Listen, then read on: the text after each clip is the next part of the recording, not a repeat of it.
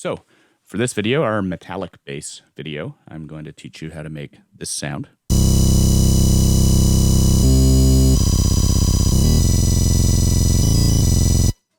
Which is a nice, big, high harmonic content bass sound.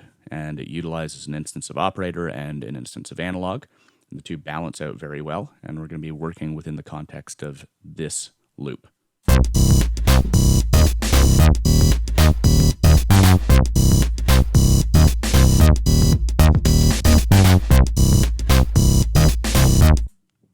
Excellent.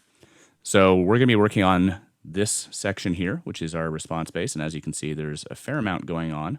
We've got an audio effect rack along with a whole bunch of effects and a couple different synths. So let's start digging in. So to create our metallic response bass here, we're going to be working primarily within operator. So I'm just going to bring in an instance of that. But I'm also going to be utilizing analog underneath. And I'll tell you why in a little bit, but I'm just going to start off by turning this into an instrument rack and dropping my instance of analog in, and then just turn it off. So we're just working with operator to start here. So I'm going to quickly rename my rack response bass, and I'm going to go through both synths and make sure that they're monophonic.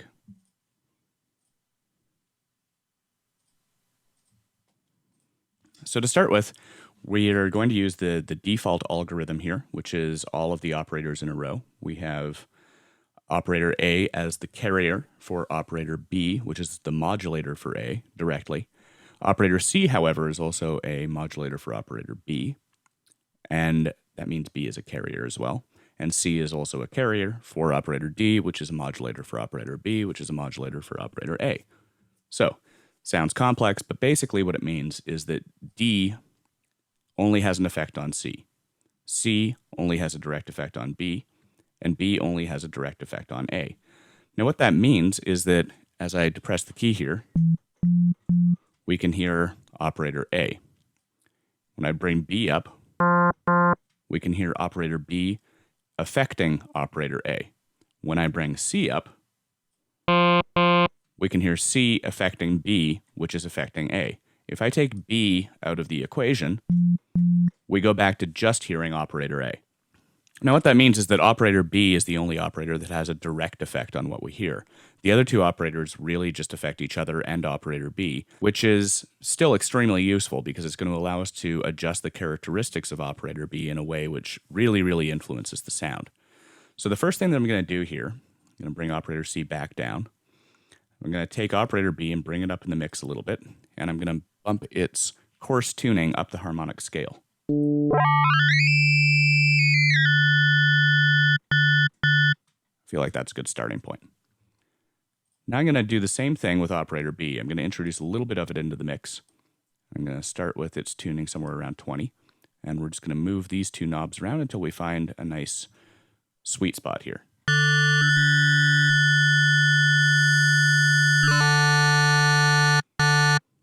Okay, that's good. Let's bring out a little bit of vowel sound. And then I'm going to do something a little bit different with operator D. I'm actually going to drop it.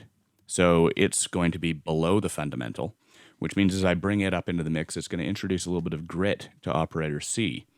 And operator C is then going to pass that on to operator B. So we're going to notice a very different sound overall.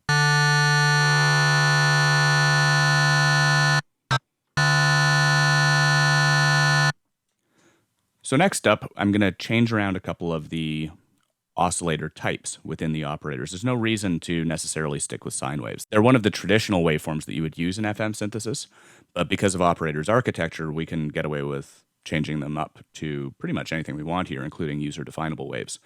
So I'm going to switch and use one of the saw waves as my overall carrier. One with a little bit lower harmonics here. We'll go for saw 4.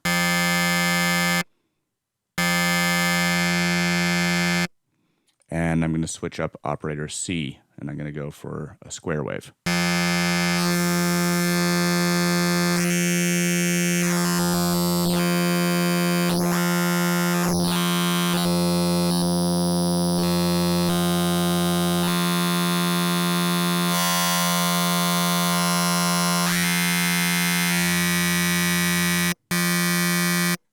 There, I feel like that balances out quite well. So remember, when I take operator B out of the equation, we lose operators C and D as well because they're performing an effect on operator B. So what I'm going to do here is I'm going to introduce an instance of Ableton Spectrum on the output here. And I want you to watch what happens when I bring operator B into the mix. Remember, right now, all we're hearing is operator A. And when I introduce B, we're going to be introducing this complex FM that includes operators C and D. So right now we're looking at about 100 or so as being the dominant frequency in this spectrum. Now when I bring operator B in, we're going to see a big difference.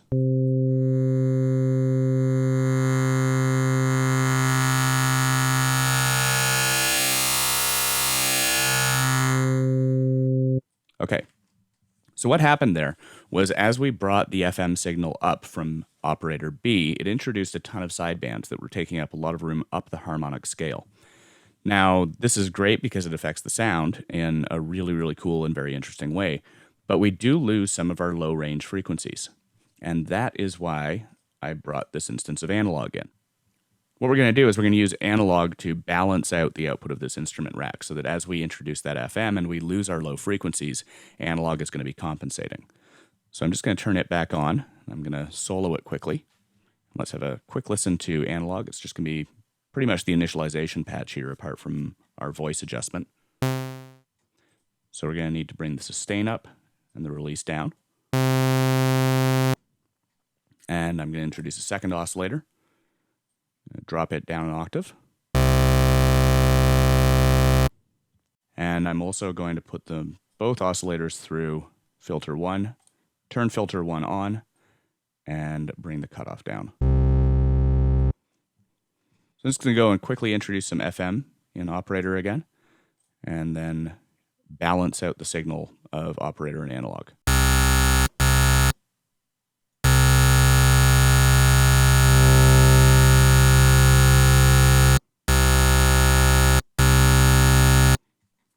Okay, that's a good starting point, actually. I'm just going to roll operator down slightly.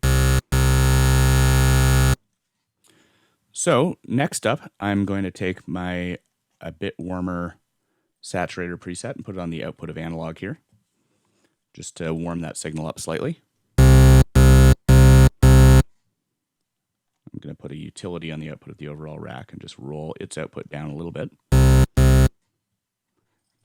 And now I'm going to switch back and we're going to start processing operator's output. So let's just bring the FM up a little bit more in the mix.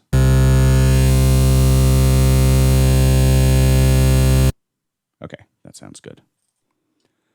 So first up, I'm going to start EQing both of the synths so that they fit together a little bit better. I'm going to start off by cutting out everything below about 120 hertz in operator. And I'm going to put an instance of EQ8 on analog's output as well. And I'm going to use it to get rid of the extreme subs below 40 hertz there. And I'm going to use it to get rid of everything above about 500 hertz. So that really everything from 500 up is going to be the harmonic content of operator. So let's have a quick listen now. Right on. I'm going to switch back to operator here and minimize the EQ8. And I'm going to start adding a couple other interesting effects here. So to start with, I'm going to put a simple delay on, put it into time mode, and I'm going to go 1 millisecond and 3 milliseconds. Bring the feedback up a bit. I'm going to use this to try and highlight some of the metallic tone here. I find that a nice short delay time just increases the sound of almost like being in a tube or hearing something echo down a hallway.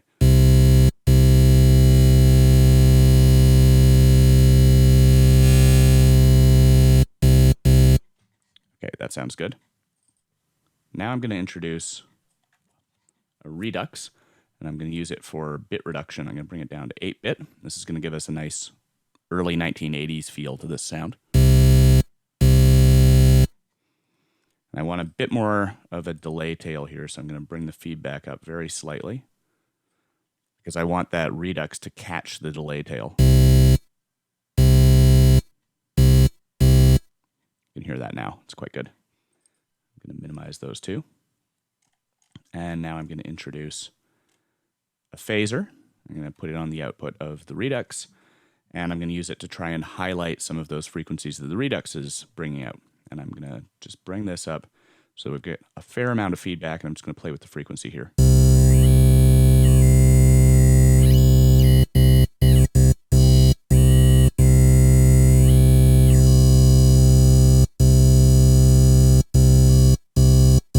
There we go. That's what I'm looking for. And let me just minimize that. And now I'm going to put a reverb on the overall out. And I'm going to use this for a very, very small reverb treatment, very tight reverb. And I'm going to bring the high cut up a little bit. I actually want some more of the highs of the reverb here. Let's have a listen now. So that's getting nice and metallic sounding. So let's just have a quick listen to the call bass and response bass together here and see how they sound.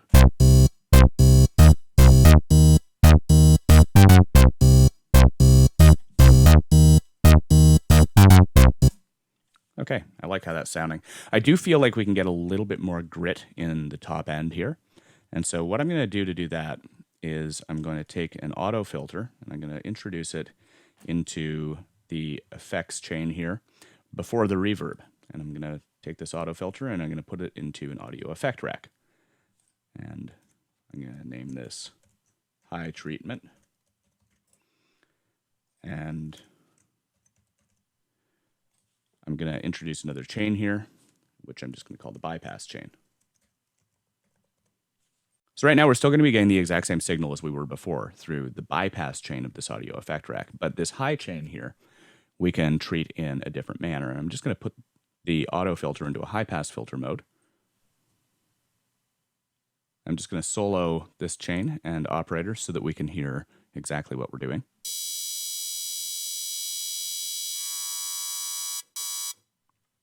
Okay, so the auto filter is shaving out everything except those extreme highs. And I'm going to take a couple instances of Redux and put them on the out here. I'm going to use the first one to do a little tiny bit of hard downsampling. And I'm going to use the second one right after it. I'm going to put it into soft downsampling mode, and I'm just going to roll that down a little.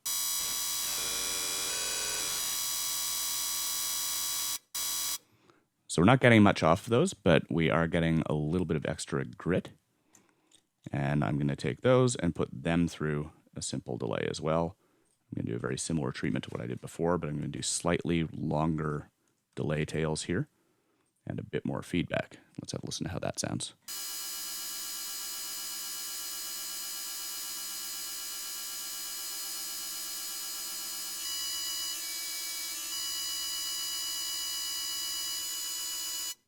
Okay, so we're going to go 2 milliseconds and 3 milliseconds. And now let's have a listen to the bypass and the high treatment here.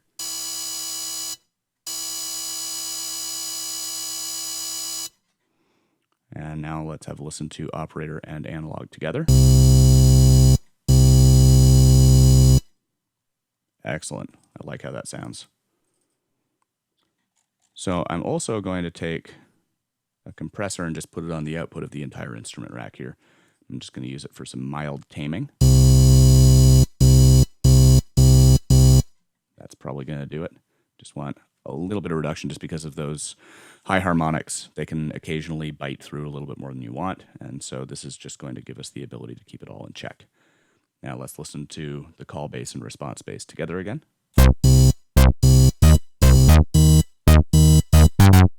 And I'll throw the beat in now.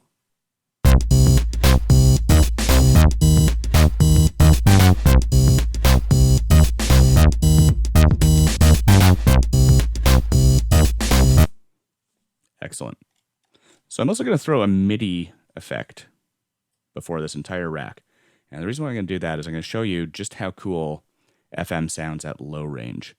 So right now we're playing C2, and it's going to take it and drop it down an octave so that the equivalent of C1 is going in.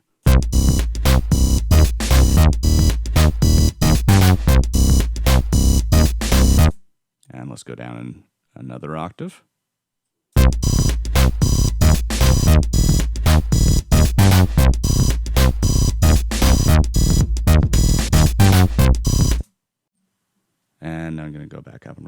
one octave down from where the notes were played.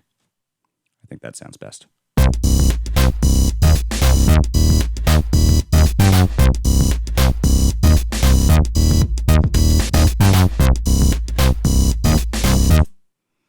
Great. So that's how we can use a combination of operator and analog to create a metallic sounding bass tone. I'm just going to play a couple more sustained notes here.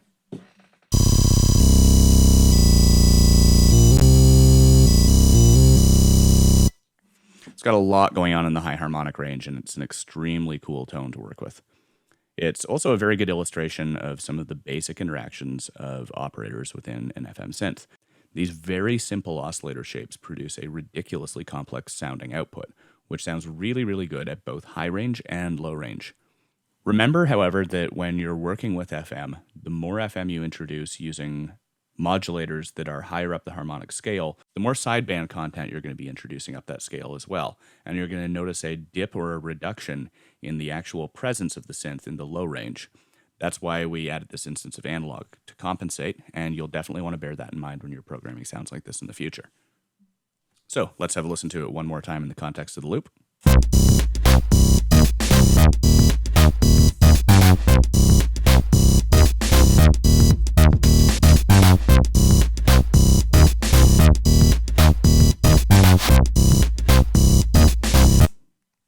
Excellent.